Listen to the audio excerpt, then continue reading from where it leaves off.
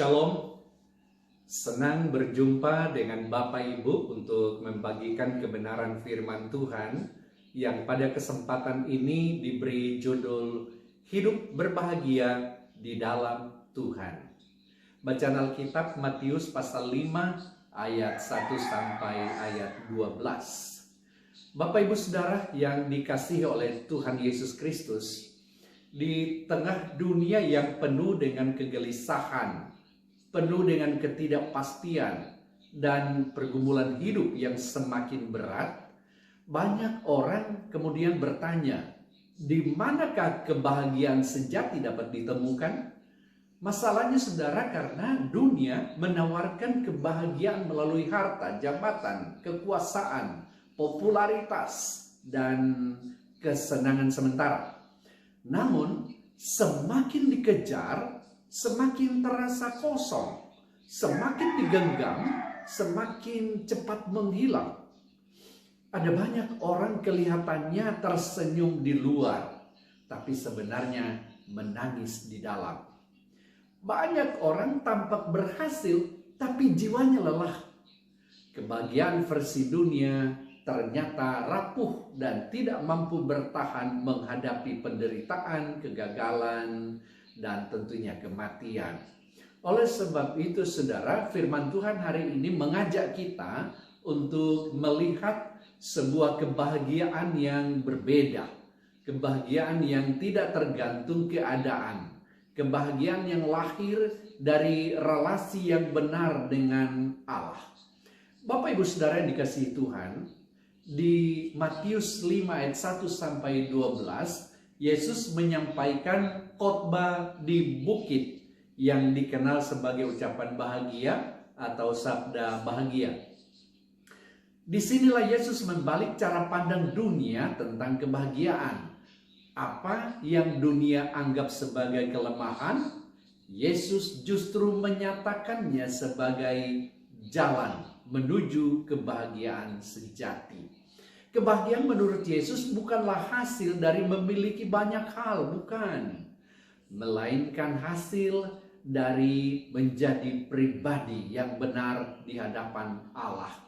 Di ayat 3 Yesus berkata, berbahagialah orang yang miskin di hadapan Allah, karena merekalah yang empunya kerajaan sorga. Saudara, kemiskinan yang dimaksud bukanlah kemiskinan materi, melainkan kesadaran rohani bahwa manusia tidak dapat menyelamatkan dirinya sendiri tanpa kasih karunia Allah. Orang yang miskin di hadapan Allah adalah orang yang rendah hati, yang tidak mengandalkan kekuatan, kepandaian, atau kebenarannya sendiri. Ia akan selalu berseru kepada Tuhan dan berkata, tanpa Engkau Tuhan, aku tidak dapat berbuat apa-apa.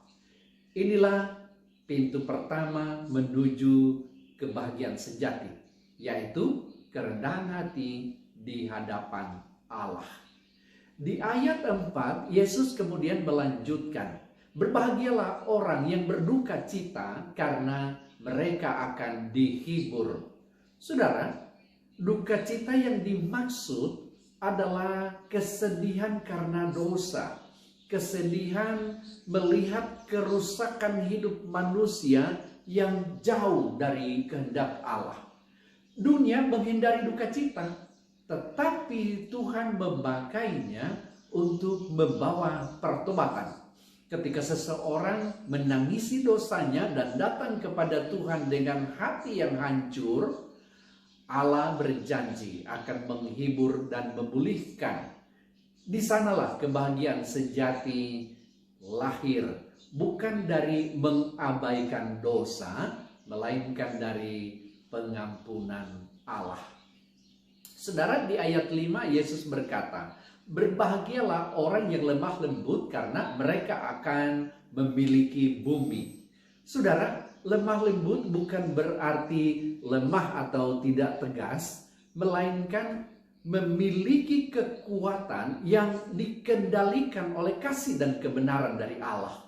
Orang yang lemah lembut tidak membalas kejahatan dengan kejahatan, tidak memaksakan kehendak, dan tidak dikuasai oleh amarah. Ia percaya bahwa Tuhan adalah pembela hidupnya.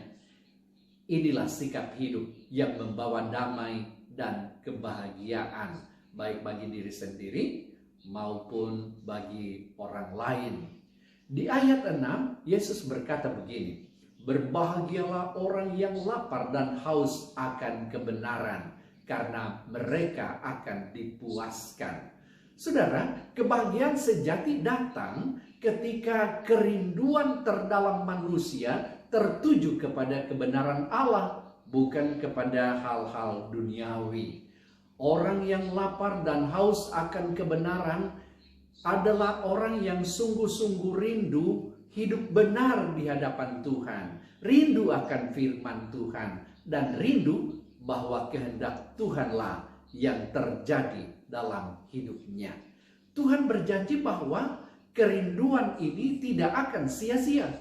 Ia sendiri yang akan memuaskan jiwa kita. Selanjutnya di ayat 7, Yesus berkata, "Berbahagialah orang yang murah hatinya, karena mereka akan beroleh kemurahan." Saudara, orang yang telah menerima kasih karunia Allah akan mampu membagikan belas kasihan kepada sesamanya. Murah hati berarti mengampuni, menolong, dan mengasihi tanpa pamrih. Dunia mengajarkan untuk membalas dan menuntut hak, tetapi Yesus mengajarkan untuk mengasihi dan mengampuni. Dalam tindakan inilah saudara, kita mengalami kebahagiaan yang melampaui logika manusia. Selanjutnya di ayat 8, Yesus kemudian berkata, "Berbahagialah orang yang suci hatinya, karena mereka akan melihat Allah." Saudara, kesucian hati berbicara tentang ketulusan, tentang integritas, dan tentang hidup yang berfokus kepada Tuhan. Ketika hati tidak terbagi antara Tuhan dan dunia, maka hadirat Allah menjadi nyata. Tidak ada kebahagiaan yang lebih besar daripada hidup dalam persekutuan yang intim dengan Allah.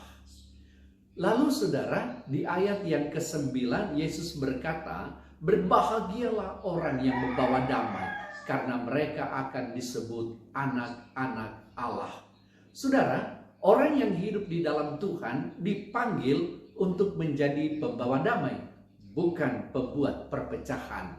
Di tengah dunia yang penuh konflik, kehadiran anak-anak Tuhan seharusnya membawa pengharapan, membawa rekonsiliasi, membawa kasih. Inilah identitas kita yang sesungguhnya sebagai keluarga kerajaan Allah. Lalu kemudian Yesus menutup dengan pernyataan yang sangat kuat di ayat 10 sampai ayat 12. Orang yang dianiaya karena kebenaran tetap disebut berbahagia. Kenapa? Karena upah mereka besar di surga. Kebahagiaan orang percaya, saudara, tidak ditentukan oleh penerimaan dunia, melainkan oleh janji kekal dari Allah. Ketika kita setia dalam penderitaan, Tuhan sendiri menjadi kekuatan dan pengharapan kita. Bapak Ibu Saudara yang dikasihi dan diberkati oleh Tuhan, pada akhirnya firman Tuhan ini mau mengingatkan kita bahwa hidup berbahagia di dalam Tuhan bukanlah hidup tanpa masalah, melainkan hidup yang berakar kuat di dalam kebenaran janji Allah. Kebahagiaan sejati tidak bergantung kepada keadaan di luar, tetapi pada kondisi hati di dalam Tuhan. Karena itu, mari kita memilih untuk hidup menurut nilai-nilai kerajaan Allah.